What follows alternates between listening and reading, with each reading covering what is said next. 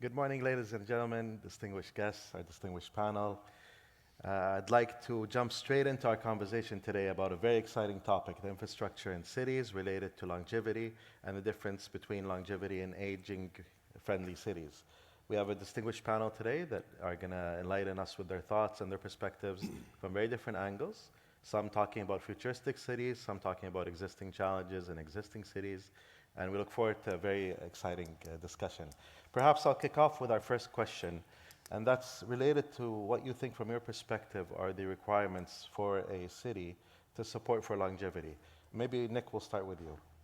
Oh, thank you. Thank you for having us here. I think the topic is really important and interesting because I guess it's probably the city, the environment that could help us to deliver many of the things we've heard this morning. If we want to design a future based on the concept of longevity, I think we can leverage the city as the interface where all these things can happen. Sometimes we have to envision how we can deliver the recommendation that we heard this morning, how to design a society that can embed all of us in the process of aging, that support us, that it's helping us to thrive in our process of aging through the life of the stages of life, which I think it's the first most important things to discuss. It's a switch from the concept of the age-friendly cities to the, let me say, healthy or longevity-ready cities, which it's a vision that switched from a city designed for older people to a city that embrace all the generations in the process of life. And if you think where the stages of life are happening, and you see the cities, and you think about urbanization, 1.5 billion people over 65 will be by 2050 living in cities, meaning that we will be there. So the cities has, I think, the fantastic opportunity to help us in delivering the picture that we have framed this morning. I also think that the concept of the age-ready or longevity-ready city, it's probably something that we should have to overcome already. I think cities could do a lot more. Cities could be literally those that push us to have healthier lives. If you think about the age-friendly report by the WHO, the word behaviors appears 3 times only all over 160 pages of the report. Meaning that if we're not leveraging the cities to help us changing some of the behaviors, and just to tell you one behavior, 13 calories less for the people aged 16 to 29 means that you can reduce by 130,000 people with obesity in UK, 7% of the population of that age frame. If you just do actions like this one, leveraging the city to nudge better behaviors through the touch points which are already there, well, I guess we can literally bring this mission to life. On the built environment, think about when we're designing new cities, therefore embedding some of the principles that Dr. Tarif this morning suggested about health policies that encompasses whatever actions. Well, I think that we have much more than a built environment. We have a strategy to deliver the mission of a healthy longevity. Thank you, Nick. That's very exciting. And maybe as a follow-up, Michele, what examples of cities do you think address these challenges, and how are they doing it?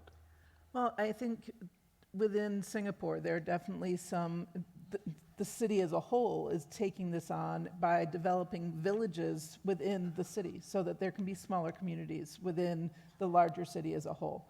I think the way to approach it, though, is to really talk to people, find out what their goals are, so that then the designers can come in, the engineers can come in and develop the city to meet those goals. And design has to be an iterative process. So it can't just be, oh, we came up with one design and we promise this is going to satisfy these goals. You need to actually involve the people who will be living there on an ongoing basis and get their feedback. What's working, what's not working? What other things could be introduced that would help them meet their goals of living a longer, healthier, happier life? That's interesting. I have a follow-up on that. Maybe I'll save for later. But how about futuristic cities, Mahmoud, from your perspective, and specifically the line? How are they planning to address these? I guess we're putting everything that was said since this morning and the more to come towards the end of the day together in one place.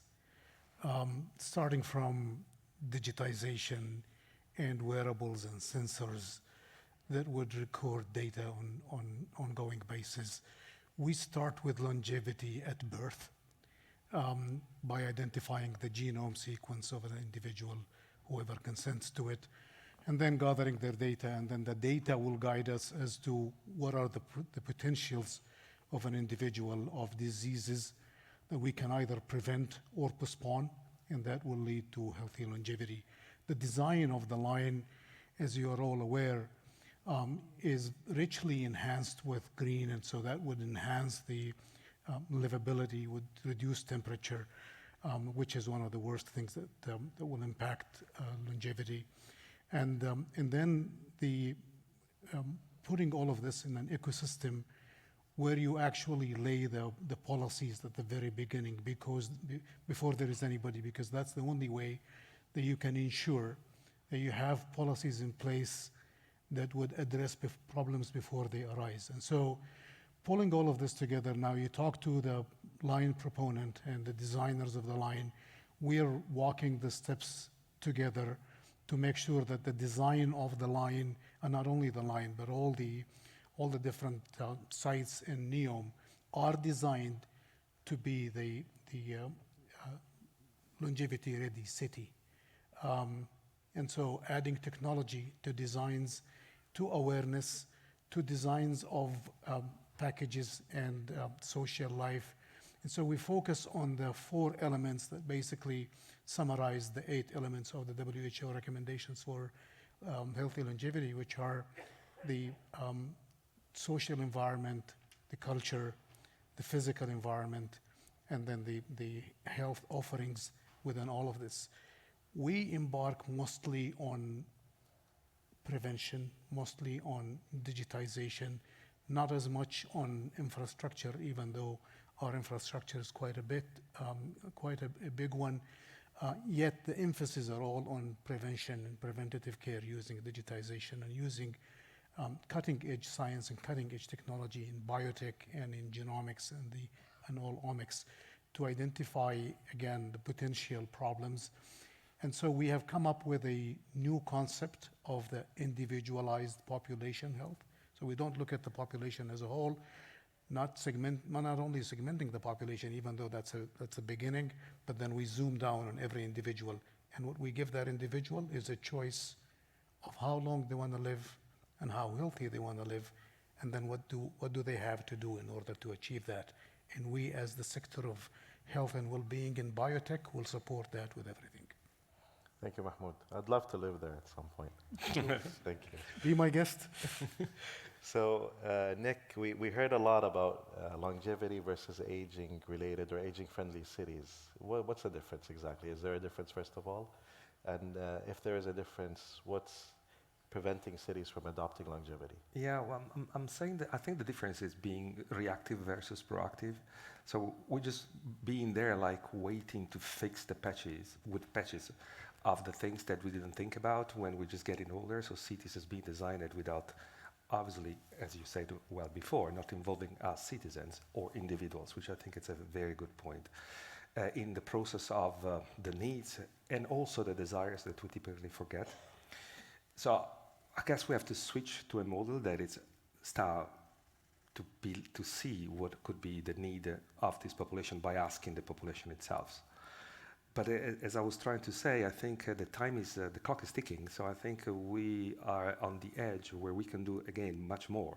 And instead of seeing still the city as a sort of a static entity that is doing nothing, through data, through engagement, through listening, through co-design, co-innovation, we can do a lot more. And the city could become the interface that I was suggesting before, where every touch point, from a bar to a hospital, from a transportation into the sidewalk you were suggesting could be under redesign in your area, every of those components can help us to switch the behavior, understand what could be meaningful to us, engage us more in a sort of a thing which is there without seeing it. I think I have to be hidden, because we don't want, specifically coming from the UK, the nanny state is something that we don't like.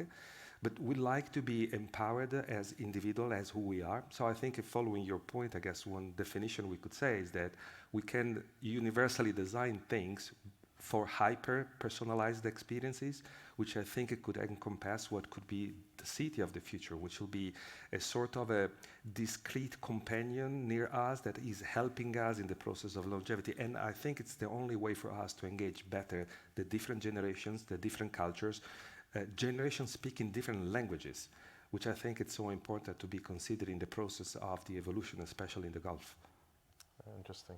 So, and maybe as a follow-up, Michele, you referenced the role of communities and their engagement into designing the longevity cities.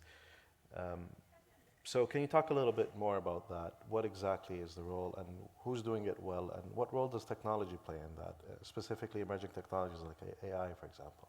Well, I mean, I think that there are a number of instances that do it well. One of the, probably the more traditional is within the UK, the small villages that still exist. So even though the UK has the large cities, there are many small villages where people know each other, support each other, and you have your facilities within that village, at least for shopping and all the rest. As I said, Singapore is also doing it well within a large city with complexes that are designed to be that sort of village. And I think having that smaller size allows you to build a sense of community and hopefully something that you can maintain over time, that you're not going to feel like you need to move out to a retirement community that's now distant from what you were connected to originally. But I do think that technology can help with all of this. And obviously, we are not necessarily as family-centric when it comes to our lifespan as we used to be. But technology can provide some of those bridges, and we can use that technology for communication both within a community and to next communities.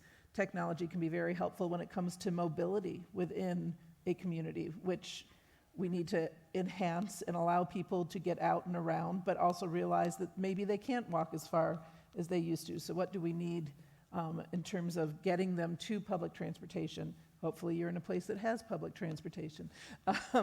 But all of that can be supported through the technology. But it goes back to what, and maybe not asking people what they need. Sometimes it's watching them and taking an ethnographic stance to say, okay, what are they doing? What could we do that we know would provide better behaviors? And what can we implement in order to support that? Thank you, Michele. So maybe I'll wrap up with one last question to each of you related to the risks of climate change, overheating of cities, and the future trends related to longevity with risks of changes in temperature. So maybe Mahmoud, we'll start with you and your perspective, and how is NEOM going to address that? Sure. But if you allow me to, just for a second before I go to that question, we're also adding an element to healthy longevity, which is happiness. Without being happy and without being mentally healthy, even the healthy longevity is not as effective as it should be. And so we're embedding mental health and mental well-being into everything that we do from scratch. But back to your question on heat, the design of NEOM as a whole, and particularly of the line, which constitutes about 95% of NEOM and is the main place for living, is designed to reduce temperature. And if you look at the way it's designed, the amount of green inside it, the lack of emission almost, and the use of renewable energy, the plantation that's happening in the rest of the natural part of NEOM, reinstating nature, both in terms of plants and animals, all of that is going to change the temperature in NEOM, which is already about 10 degrees less than the rest of the country when it comes to the middle of the summer. And so if we change that both in the city and in the suburbs as well, then that will have a positive impact on healthy aging. Thank you, Mahmoud. So, Michele, your perspective, especially for cities that are already built and maybe it'd be difficult to change their landscape? I mean, that is really the challenge. NEOM has the benefit of actually being able to start from scratch, whereas places that exist already, what can be done in order to make sure that overheating is not an issue, both in terms of heat waves and longer term with the globally increased temperature? What can be done to protect cities from the storms that we've been seeing recently? There are ways to engineer that some of that is also policy. I mean, in the States, we have issues with rebuilding in floodplains and rebuilding after a hurricane and almost asking for it to come again, with our 100-year events not requiring 100 years anymore.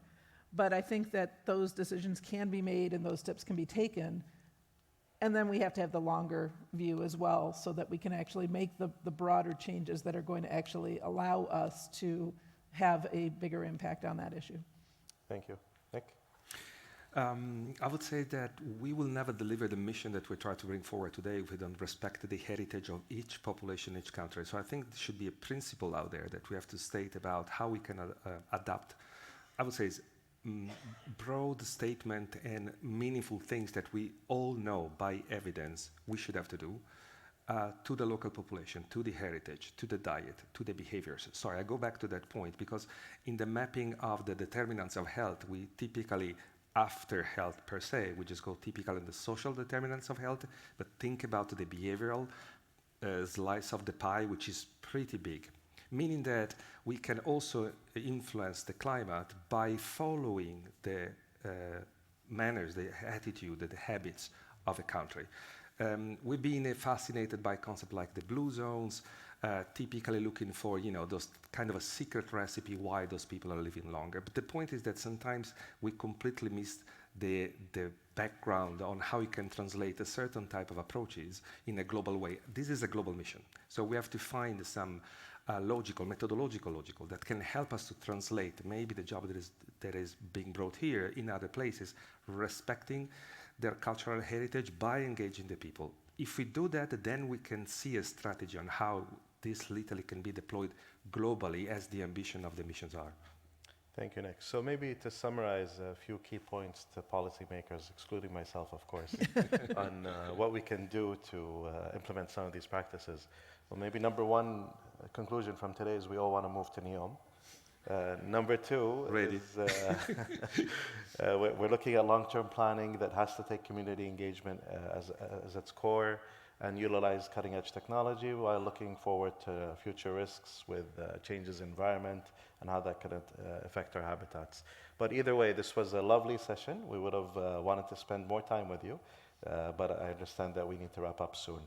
So if everyone would join me in thanking our distinguished speakers and panelists, thank you, everyone.